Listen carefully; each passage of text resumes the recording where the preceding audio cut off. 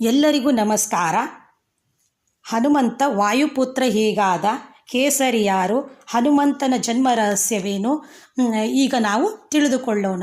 ಎಷ್ಟೋ ಜನ ಭಕ್ತರು ಹನುಮಂತನನ್ನು ಆದರ್ಶನೀಯ ದೈವವಾಗಿ ಆರಾಧಿಸುತ್ತಾರೆ. ಅವರನ್ನು ಮಹಾಬಲ ಪರಾಕ್ರಮ, ಬುದ್ಧಿವಂತ, ಕಪಿಶ್ರೇಷ್ಠ, ಸರ್ವಶ್ರೇಷ್ಠ ಪಾರಂಗತ, ಸ್ವಾಮಿ ಭಕ್ತ ಪಾರಾಯಣ, ರಾಮದೂತ ಎಂದು ಎಷ್ಟೋ ರೀತಿಯಲ್ಲಿ ಪೂಜಿಸುತ್ತಾರೆ.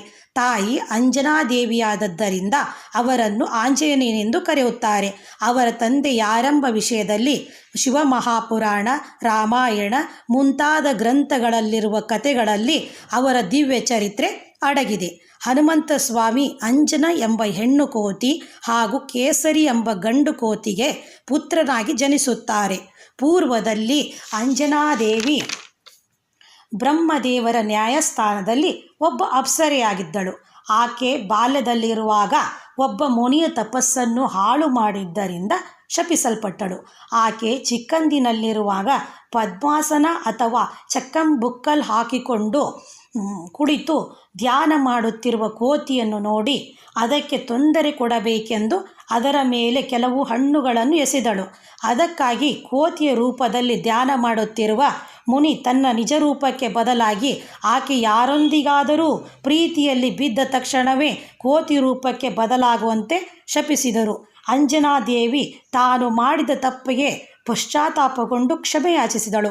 ಆಗ ಆ ಋಷಿ ಶಾಂತಗೊಂಡು, ನೀನು ಇತರರಿಗೆ ಕೋತಿ ರೂಪದಲ್ಲಿ ಕಾಣಿಸಿದರೂ ಸಹ ನಿನ್ನನ್ನು ಪ್ರೀತಿಸುವವರಿಗೆ ಅಪ್ಸರೆಯಂತೆಯೇ ಕಾಣಿಸುತ್ತೀಯ. ಹಾಗೆಯೇ ನೀನು ಶಿವನ ಅಂಶದ ಒಬ್ಬ ಪುತ್ರನಿಗೆ ಜನ್ಮ ಕೊಟ್ಟಾಗ ಮಾತ್ರವೇ ನಿನ್ನ ಶಾಪ ವಿಮೋಚನೆಯಾಗುತ್ತದೆ ಎಂದು ವರ ಕೊಟ್ಟರು. ಹಾಗಾಗಿ ಶಾಪ ವಿಮೋಚನೆಗಾಗಿ ಅಂಜನಾದೇವಿ ಭೂಲೋಕದಲ್ಲಿ ಜನಿಸಿದಳು.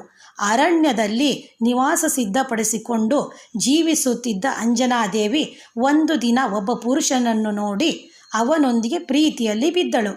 ಆಕೆಯ ಮನಸ್ಸಿನಲ್ಲಿ ಪ್ರೀತಿ ಶುರುವಾಗಿದ್ದೇ ತಡ ಆಕೆ ಕೋತಿ ರೂಪಕ್ಕೆ ಬದಲಾದಳು. ಆ ವ್ಯಕ್ತಿ ಅಂಜನಾದೇವಿಯ ಬಳಿ ಬಂದು, ನನ್ನ ಹೆಸರು ಕೇಸರಿ, ನಾನು ವಾನರಿಗೆ ರಾಜನೆಂದು ತನ್ನನ್ನು ತಾನು ಪರಿಚಯಿಸಿಕೊಂಡ. ಅಂಜನಾದೇವಿ ಕೋತಿ ಹಾಗೂ ವಾನರ ರೂಪಕ್ಕೆ ಇಚ್ಛಾನುಸಾರ ಬದಲಾಗುವ ಕೇಸರಿಯನ್ನು ಕಂಡು ಆಶ್ಚರ್ಯಚಕಿತಳಾದಳು. ಕೇಸರಿ ತನ್ನನ್ನು ವಿವಾಹವಾಗುವಂತೆ ಅಂಜನಾದೇವಿಯನ್ನು ಕೇಳಿದ. ಆಕೆಯು ವಿವಾಹಕ್ಕೆ ಒಪ್ಪಿದಳು. ಹಾಗಾಗಿ ಅಂಜನಾದೇವಿ ಹಾಗೂ ಕೇಸರಿ ಅದೇ ಅರಣ್ಯದೊಳಗೆ ವಿವಾಹವಾದರು. ಅಂಜನಾದೇವಿ ತನ್ನ ಶಾಪ ವಿಮೋಚನೆಯಾಗಿಸಿಕೊಳ್ಳಲು ಶಿವನನ್ನು ಪೂಜಿಸುತ್ತಾ ತಪಸ್ಸು ಮಾಡಿದಳು. ಶಿವ ಪ್ರತ್ಯಕ್ಷನಾಗಿ ವರ ಬೇಡುವಂತೆ ಹೇಳಿದರು. ಆಗ ಅಂಜನಾದೇವಿ, ಪ್ರಭು, ನನ್ನ ಶಾಪ ವಿಮೋಚನೆಯಾಗಬೇಕಾದರೆ ನೀವು ನನ್ನ ಹೊಟ್ಟೆಯೊಳಗೆ ಜನಿಸಬೇಕೆಂದು ಬೇಡಿದಳು. ಶಿವ ತಥಾಸ್ತು ಎಂದು ಹೇಳಿ ಮಾಯವಾದರು. ಮತ್ತೊಂದು ಕಡೆ ದಶರಥ ಪುತ್ರ ಕಾಮೇಷ್ಟಯಾಗ ಆಚರಿಸುತ್ತಿದ್ದರು. ತೃಪ್ತಿ ಹೊಂದಿದ ಅಗ್ನಿದೇವರು ದಶರಥರಿಗೆ ಪವಿತ್ರವಾದ ಪಾಯಸವನ್ನು ಕೊಟ್ಟು ದೈವಾಂಶ ಸಂಭೂತರಾದ ಸಂತಾನಕ್ಕಾಗಿ ಆ ಪಾಯಸವನ್ನು ತನ್ನ 3 ಹೆಂಡತಿಯರಿಗೆ ಹಂಚುವಂತೆ ಹೇಳಿದರು. ದಶರಥ ಅದೇ ರೀತಿ ಪಾಯಸವನ್ನು 3 ಭಾಗಗಳಾಗಿ ಮಾಡಿ 1 ಭಾಗ ಕೌಸಲ್ಯಗೆ ಕೊಟ್ಟರು. ಆಕೆ ಸ್ವಲ್ಪ ಕುಡಿಯುವುದರೊಳಗಾಗಿಯೇ ಶಿವನ ಆದೇಶದ ಮೇರೆಗೆ ವಾಯುದೇವರು ಹದ್ದಿನ ರೂಪದಲ್ಲಿ ಕೌಸಲ್ಯೆಯ ಪಾಯಸವನ್ನು ಕದ್ದು ಅಂಜನಾದೇವಿಗೆ ಒಪ್ಪಿಸಿದರು. ಅಂಜನಾದೇವಿ ಅದು ಶಿವನ ಪ್ರಸಾದವೆಂದು ಭಾವಿಸಿ ಭಕ್ತಿಯಿಂದ ಸೇವಿಸಿದಳು. ಕೆಲವು ತಿಂಗಳ ಬಳಿಕ ಆಕೆ ಕೋತಿ ರೂಪದಲ್ಲಿನ ಶಿವನ ಅಂಶಕ್ಕೆ ಜನ್ಮ ಕೊಟ್ಟಳು. ಆ ಬಾಲಕ ಅಂಜನಾದೇವಿ ಹಾಗೂ ಕೇಸರಿಗೆ ಜನಿಸಿದ್ದರಿಂದ ಆ ಬಾಲಕನಿಗೆ ಆಂಜನೇಯನೆಂದು, ಕೇಸರಿ ನಂದನೆಂದು ವಾಯುದೇವರು ಪಾಯಸವನ್ನು ತಂದುಕೊಟ್ಟಿದ್ದರಿಂದ ವಾಯುಪುತ್ರ, ಪವನಪುತ್ರನೆಂದು ವಿವಿಧ ಹೆಸರುಗಳಿಂದ ಕರೆಯುತ್ತಾರೆ. ಪ್ರಸಿದ್ಧಿಯಾದರು.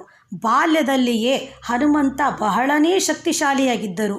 ಆಂಜನೇಯನ ಜನ್ಮದಿಂದ ಶಾಪ ವಿಮೋಚನೆಯಾದಳು ಅಂಜನಾದೇವಿ. ಹನುಮಂತ 7 ಚಿರಂಜೀವಿಗಳಲ್ಲೊಬ್ಬರು. ಹಾಗೆಯೇ ಶ್ರೀರಾಮನಿಗೆ ಪ್ರಚಂಡ ಭಕ್ತ. ಅವರು ಲಂಕಾರಾಜ ರಾವಣಸುರನಿಂದ ಸೀತೆಯನ್ನು ರಕ್ಷಿಸಿ ರಾಮನಿಗೊಪ್ಪಿಸಿದರು. ಹನುಮಂತನ ಕತೆ ನಮ್ಮ ಶಕ್ತಿ ಹಾಗೂ ಜನ್ಮ ರಹಸ್ಯ ತಿಳಿದುಕೊಳ್ಳಲು ಬಹಳನೇ ಉಪಯೋಗವಾಗಿರುತ್ತದೆ. ಓಂ ಹನುಮತೆಯೇ ನಮೋ ನಮಃ. ಶ್ರೀ ಹನುಮತೆಯೇ ನಮೋ ನಮಃ. ಜಯ ಜಯ ಹನುಮತೆಯೇ ನಮೋ ನಮಃ. ಶ್ರೀರಾಮದೂತಾಯೇ ನಮೋ ನಮಃ. ಎಲ್ಲರಿಗೂ ನಮಸ್ಕಾರ.